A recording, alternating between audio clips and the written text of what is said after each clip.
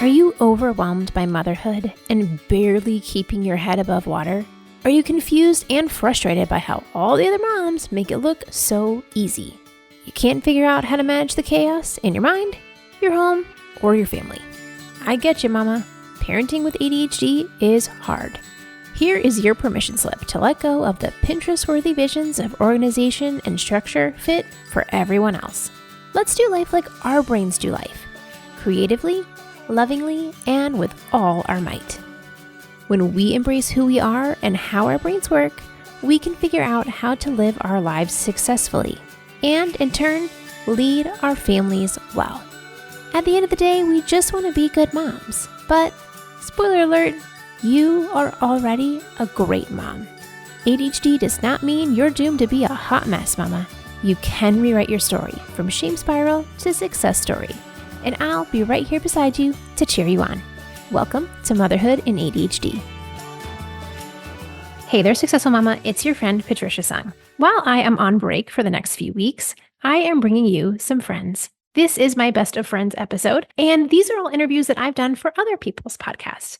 First of all, thank you to these hosts for sharing their episode with us. And I want you to go in the show notes and see, where do you find them? Go listen to their other episodes. Put their show in your queue, in your download list, so that you have an extra friend to hang out with when you're cleaning or on a walk or riding in the car.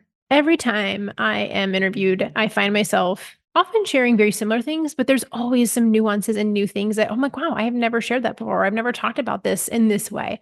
And I can't wait for you to get a new flair and perspective and, a new podcast friend to join you today. So listen in to this episode on a friend's podcast. Go check them out and enjoy this Best of Friends episode. Here's my episode from Laura Key from Understood's ADHD Aha podcast.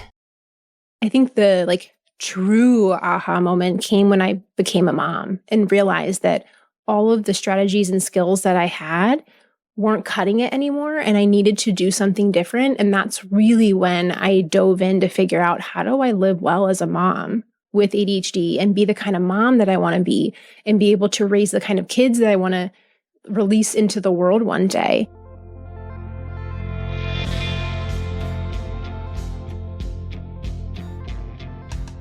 This is ADHD Aha, a podcast where people share the moment when it finally clicked that they have ADHD.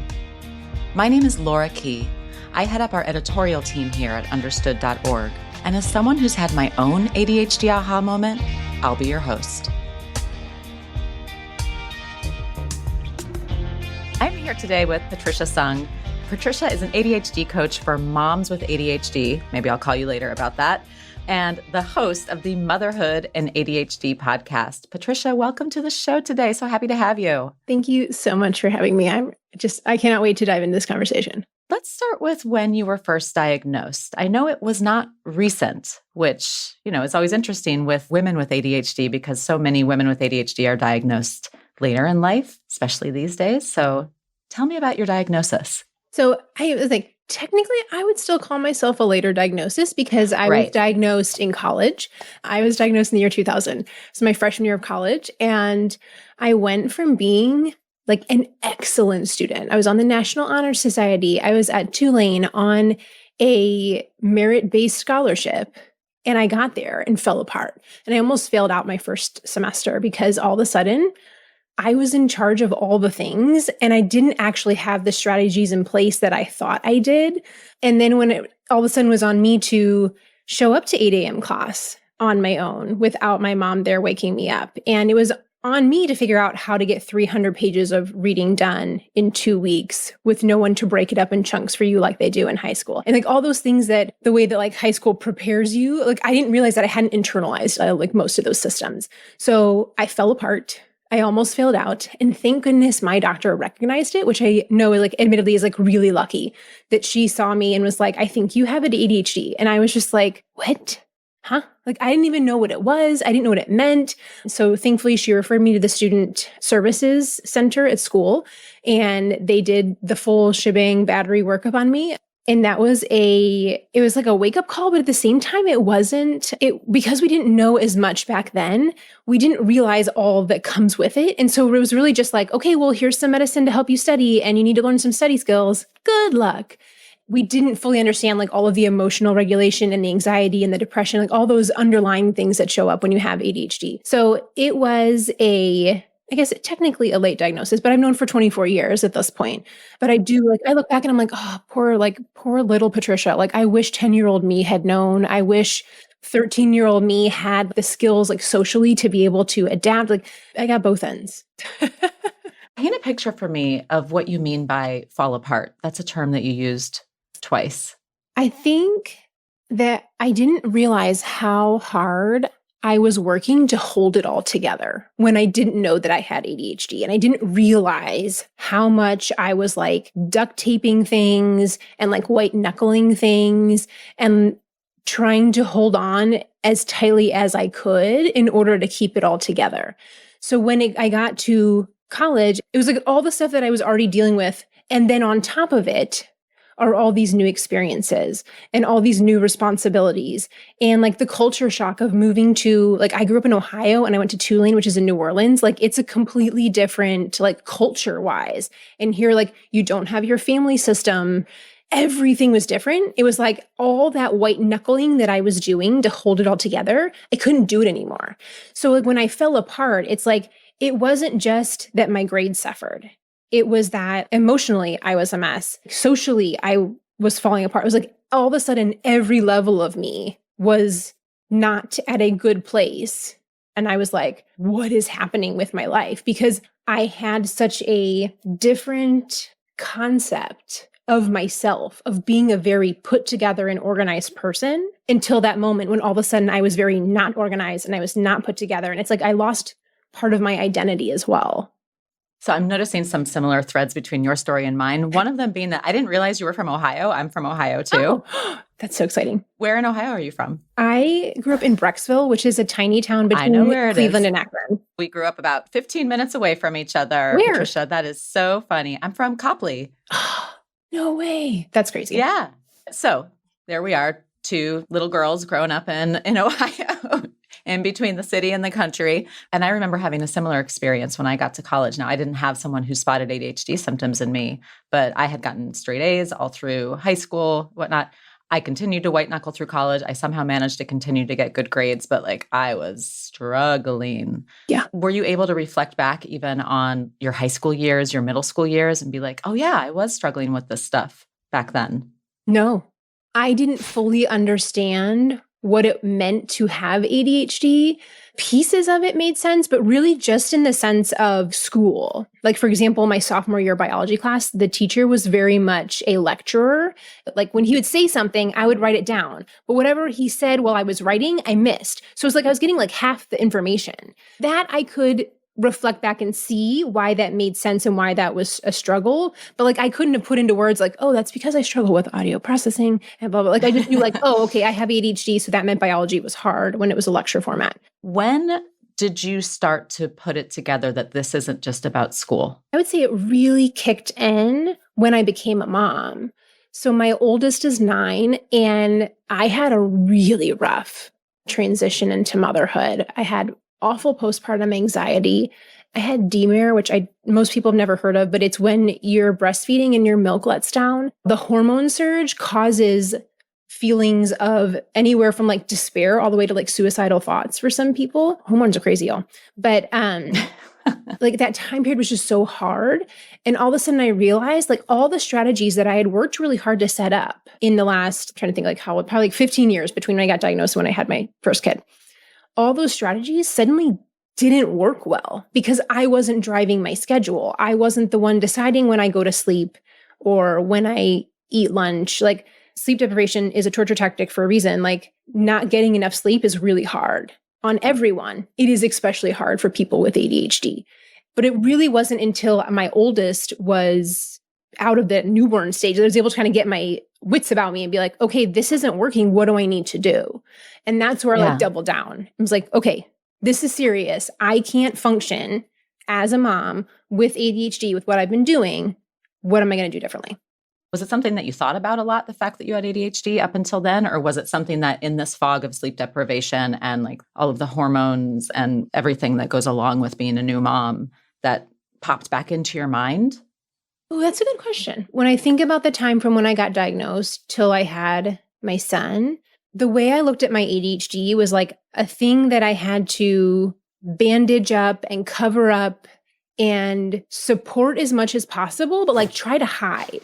I didn't tell people about it. It was a hide this information about yourself because it's a defect and figure out how to do everything so that nobody knows that you have it.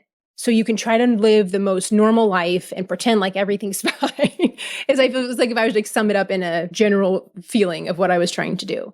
As I was researching, like, how do I support myself as a mom? I don't know where, but the thought came into my head of like, hey, maybe this has something to do with it. And that's when I started down the rabbit hole and realizing there really wasn't much information out there. There are some wonderful women who have been pioneering. My Google search did not find them, unfortunately, because I sure wish it did. But I really couldn't find much then. So that's how I ended up starting my podcast. Like, I was probably like 3 years after that, because I wanted moms to know that there are resources available and you don't have to struggle like this. It's not necessary.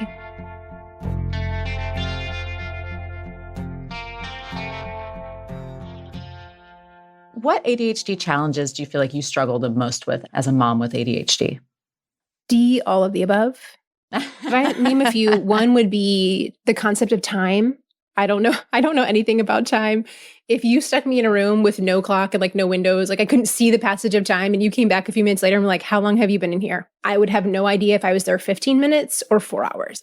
It is really hard when that affects your kids. It was hard before, but it only affected me. Then, like when I got married, then it affected my partner, which is a problem. But when I had kids and all of a sudden you're running late to swim lessons or you're running late to school, there's a whole nother level of guilt and shame that gets layered on. And then I'd say the second part would be the energy regulation of just knowing like when I can go hard and when I have to rest, and knowing that like I can't expect myself to be a unicorn that does all the things all the time. I have to manage my energy levels, especially as someone who's recovering from a chronic illness that like thankfully I'm doing much better. I'm in remission at this point.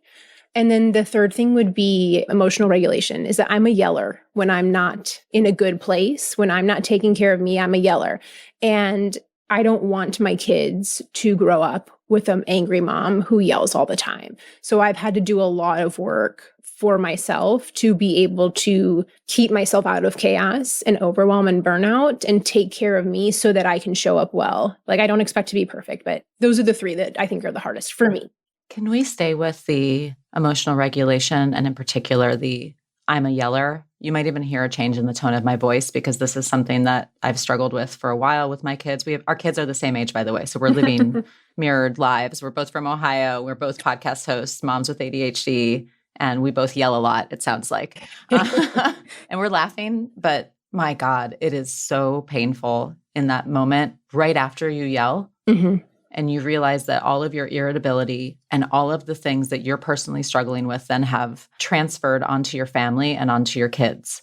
God, the guilt and the shame. Tell me more what's happening in your brain and maybe what you've heard from people you've talked to on your show. So when we look at emotional regulation, this is one of the things that's not talked about enough, in my opinion, because a lot of the symptoms that we are looked at when you're looking at like the DSM-5, it's a lot of quantitative things. Like, they have to be able to measure it. What is not as clear is this idea of emotional regulation and being able to adjust your actions and feelings based on the situation and the input coming in. And when you have ADHD, we just struggle so much with filtering out a lot of the things that are coming in. Like, to me, I'm like, I don't have an attention deficit. I have too much attention and I struggle putting it in the right place. And things that I don't want to enter in, and I need to keep them out. I do a lot of that work with my clients too, of like, how do we keep other people's emotions out? Because we tend to be emotional sponges. And so somebody comes in a bad mood and all of a sudden we're in a bad mood and we have no idea why. But when we are struggling, if you think about like your stress level as level 1 to 10. At the top, everything's great. And as you start to struggle, you move down the ladder and you're at level 5. As my therapist always says, nothing good happens after a 5. When you start moving down and all of a sudden you're at a 10, that's when the explosion comes. And I call her Medusa Mom because like all the snakes come out and she starts yelling at everybody. Like if anyone looks at her, they're dead. Like that kind of level of explosion is down at the bottom at 10. And when we are underground and we are underwater at a 10, we're not functioning in the way that we want to. We are full on, we are past fight or flight. We are in the depths of stress response. And in that moment, we aren't able to use all the tools that you have accumulated. You forget that you read all the books and you listened to all the podcasts and you went to all the therapies. All these tools are out the window because at that point, your brain is not sending the resources to your logical thinking part of your brain. It's in survival mode. So as moms, when we have ADHD, it's like all day long, there's input coming in. Your toddler gets mad because you gave them the purple cup and they wanted the orange cup. And there was traffic and your shirt's kind of itchy and you need to cut the tag out, but you forgot, but you can't do it now that you're wearing the shirt. And then somebody side eyes you and you're like, well, are they mad at me? They might be mad at me. I think they're mad at me. What are all the things that I said to them in the last 6 months? Maybe they're mad at me. And we all of a sudden get to the level of this Medusa Mom level explosion. It's because all day long, all these things were coming in and they were bringing our stress level to the point where we weren't able to control it. Anxiety can be debilitating, and oftentimes it's obvious. Stage fright, heights, claustrophobia, panic attacks. But anxiety can also be subtle. When you can't fall asleep at night, thinking about your sick parent or your teen who's struggling making friends. It can be helicoptering around your toddler at the playground, or not listening to your partner because you're in your mind spiraling about your kid's school struggles. People with ADHD can hyperfocus on these worries to the point where your worry takes center stage. But what you really want to be is present in the moment, more carefree, feeling lighter, having that space and the freedom to be the fun mom that you thought you would be. If you're ready to feel more relaxed and calm every day, join me in my upcoming event, the ADHD Anti-Anxiety Workshop. In less than an hour, I will teach you 3 ways to stop anxiety in its tracks. It's time to let go of the grip anxiety has on your happiness and for you to step into the main character role of your everyday life. Cherry on top, it's free. For now. It will be a paid course shortly after, so sign up while there's still no charge. Head over to patriciasung.com/workshop and sign up for this event.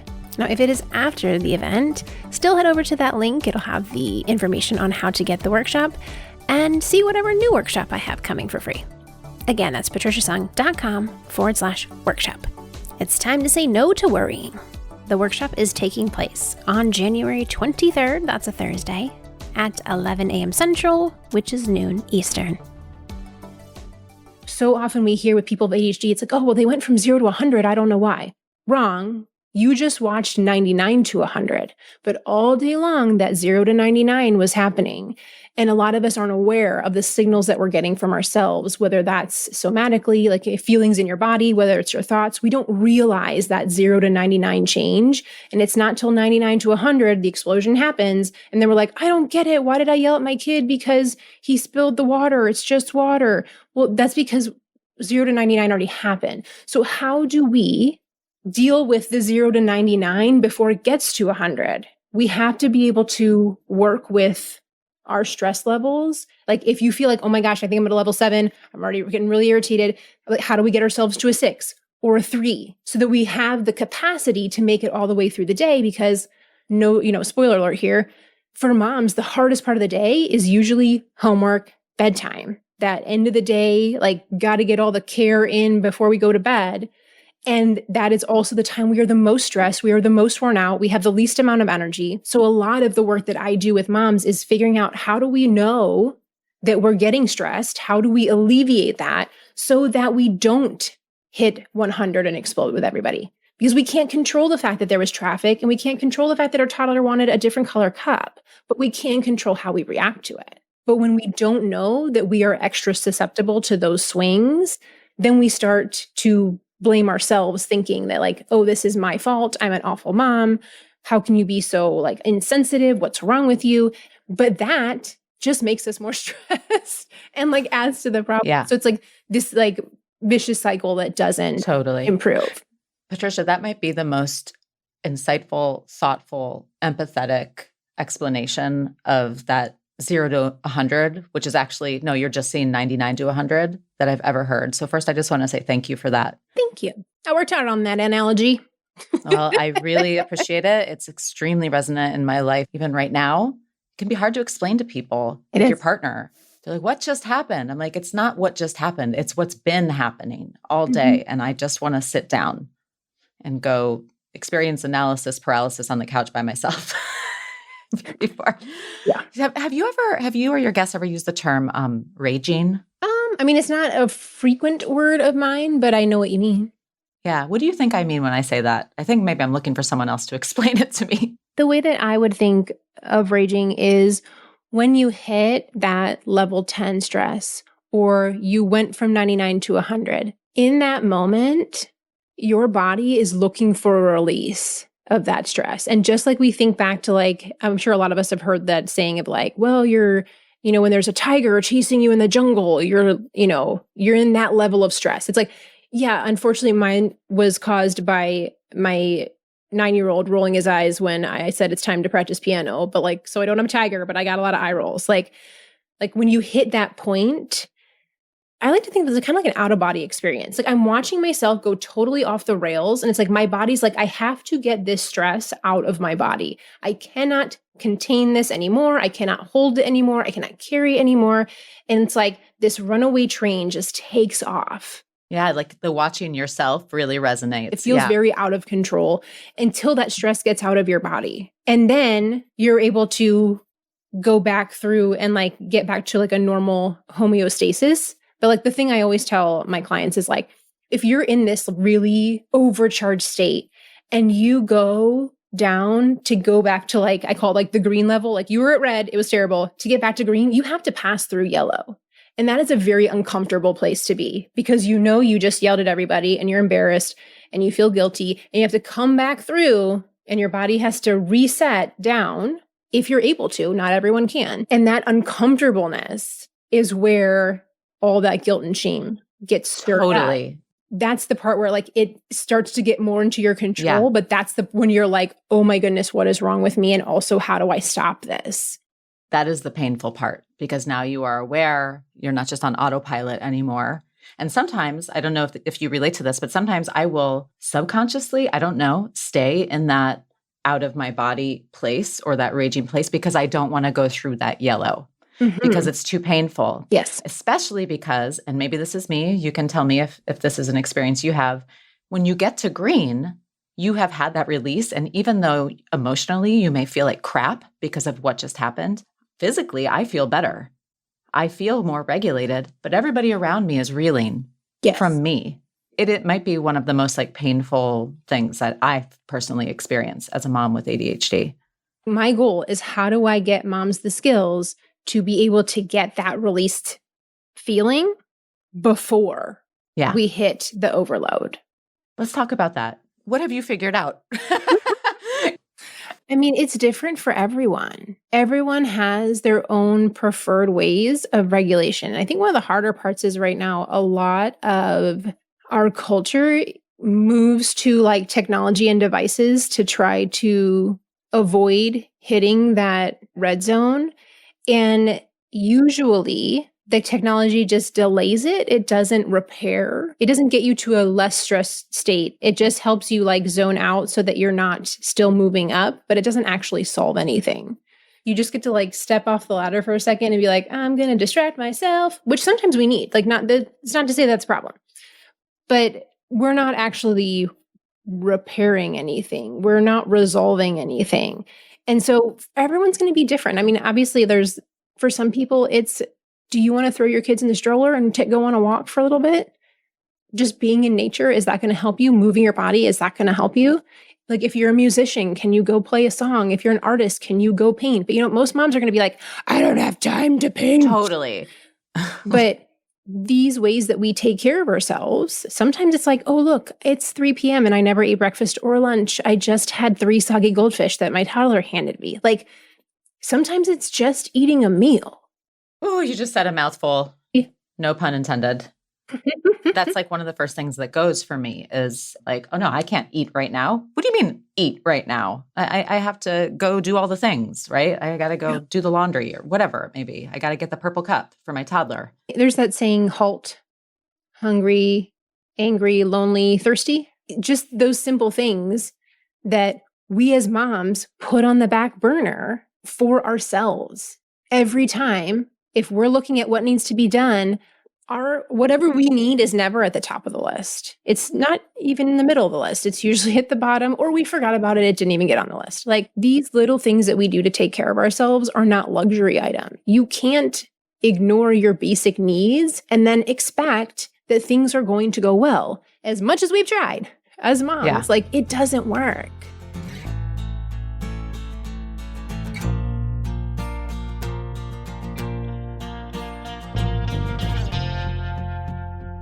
Why don't we talk about some more realistic wins for women with ADHD, for moms with ADHD? Like, I'm trying so hard. I'm often failing, but trying. I'm getting there to acknowledge the wins that I do have. Yeah. Like, here's an example from yesterday. I've been having a crappy week. I'm just going to say it. And I've been wanting to crawl under the covers so that I don't go raging on my family, frankly.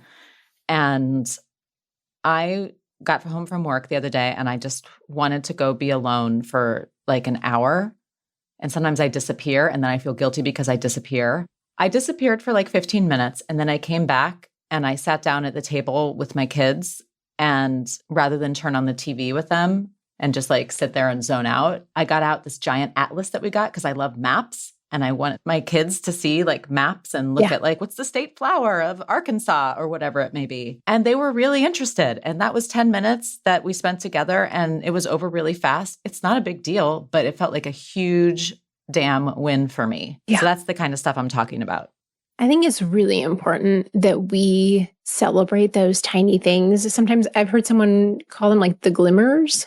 I like that. The little moments in time that like really shine. That's what we're looking for. We're not looking for this giant difference. I think a lot of times when we have ADHD, we think like, tomorrow's the day. Tomorrow's the day I'm going to be a new person and I'm going to wake up at 5 a.m. and I'm going to do sunrise yoga and I'm going to do some quiet time and I'm going to journal and then I'm going to do this and I'm going to do this and I'm going to go to the gym and I'm going to go to bed early and like I'm going to spend quality time with my kids. Like, we think we're going to wake up and be another person tomorrow. We could get there eventually, but for us to wake up and expect to do something utterly and entirely different from what we've always done is a really unrealistic burden to put on ourselves.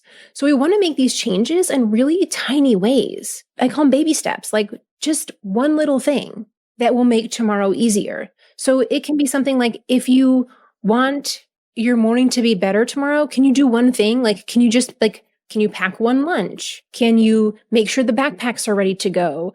Or you actually looked at the calendar tomorrow to see what's going on. To be like, oh, look, there's a field trip tomorrow. Let me make sure that you've got what you need. Like, one thing that makes tomorrow better. Let's celebrate that. If you want to work out, can you just get your yoga pants on instead of your pajama pants? Like, even if you don't even exit the house, if you made the change from pajamas to yoga pants, you made one step in the direction so that a week from now or a month from now, you see the difference. When we celebrate those tiny things, then we see the progress we're making and our brains start to notice that. Like, it's confirmation bias is the neuroscience term for it. Like, when you see the little things happening in the direction that you want, your brain continues to look for confirmation that that's where you're going. Whereas if you're looking for like, this is so hard, I really suck, I never do anything right in the world, like then your brain keeps looking for examples of that. So we have to do something tiny that's doable and start moving in the right direction. Tell me an example of a glimmer that you've had recently. I have worked really hard on apologizing to my kids when I mess up and going through that repair process. And it is a lot. I got to eat crow a lot, man. It's hard. I feel you. But the other day, my oldest, he had gone upstairs to get ready for bed and started reading a book instead.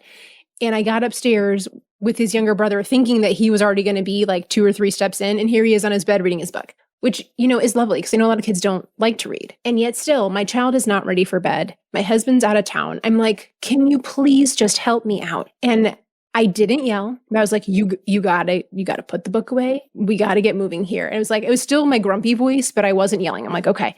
And I put the younger one to bed first. I show up in his room and he goes, Mom, I'm really sorry that I read my book instead of getting ready for bed. It was everything I could to like hold it together of like, not only did I hold it together, but like he recognized his mistake and apologized for it. Oh, these little babies. And it's like so innocent of like, I'm sorry I read my book. Like, I know. I'm like, oh, I don't even want to honey. be mad at you for reading the book. Like, but that moment of like, oh my gosh, how far have I come that I was able to hold it together on a rough day? All the things are like stacked against me yesterday. And I still figured out how to use my skills, how to hold it together. And then to know my kid learned from like this huge work that I've been doing in trying to apologize for things, which is like not my strong point. Like, that was a really awesome parenting win. That's beautiful. Patricia, what's coming up for you? What's going on with your show and everything else? So I'm like, first of all, I don't know if you're going to be able to see me, but I have my 1 million balloons behind me. My podcast just hit 1 million downloads this summer, which was a huge celebration. When I first started, people told me there weren't enough ADHD moms out there for this to make a difference and I should change what I was talking about. So like, woohoo, we are out here and strong, and that makes me really happy. And then I have my annual retreat coming up in October. It's a weekend for ADHD moms to get away, and I take care of everything. And my group coaching is kicking back up for the semester. So helping moms learn how to emotionally regulate and all the stuff that we've talked about today. How do we gain those skills so that we can be the moms that we want to be? And then I have a community where we meet every Wednesday. So if you want that community support, that's there too. So I have so many resources available. You can go to my website. It's my podcast name for everything, Motherhood and ADHD. There's an awesome toolkit on there where you can download a bazillion things for free and check it out. But please come join something. Like, do something. You don't have to do this alone. You don't have to be by yourself. You don't have to struggle on your own. There is coaching available. There's community available. There are check sheets. If you're like, all I can do is a check sheet right now, cool, that's there too. But do something for yourself that moves you in the right direction, because you don't have to suffer by yourself. Patricia, thank you so much. This conversation was really meaningful to me. I'm going to carry it with me today and beyond. Maybe I'll listen back to it when I need to be reminded of some things. So thank you for being here with me today. I appreciate you. You are so welcome. Thank you for having me.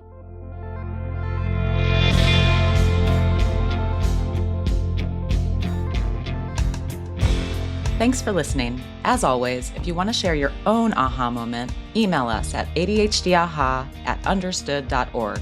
I'd love to hear from you. Be sure to check out the show notes for this episode. We have more resources and links to anything we mentioned. This show is brought to you by Understood.org. Understood is a nonprofit organization dedicated to empowering people with learning and thinking differences like ADHD and dyslexia. If you want to help us continue this work, donate at understood.org/give. ADHD Aha is produced and edited by Jessamine Molly. Jessamine, are you there? Hi, everyone. I'm still here. And Margie DeSantis. Hey, hey. Our theme music was written by Justin D. Wright, who also mixes the show. Alana Milner is our supervising producer. Brianna Berry is our production director. Neil Drumming is our editorial director. Creative and production leadership from Scott Koshier and Seth Melnick. And I'm your host, Laura Key. Thanks so much for listening.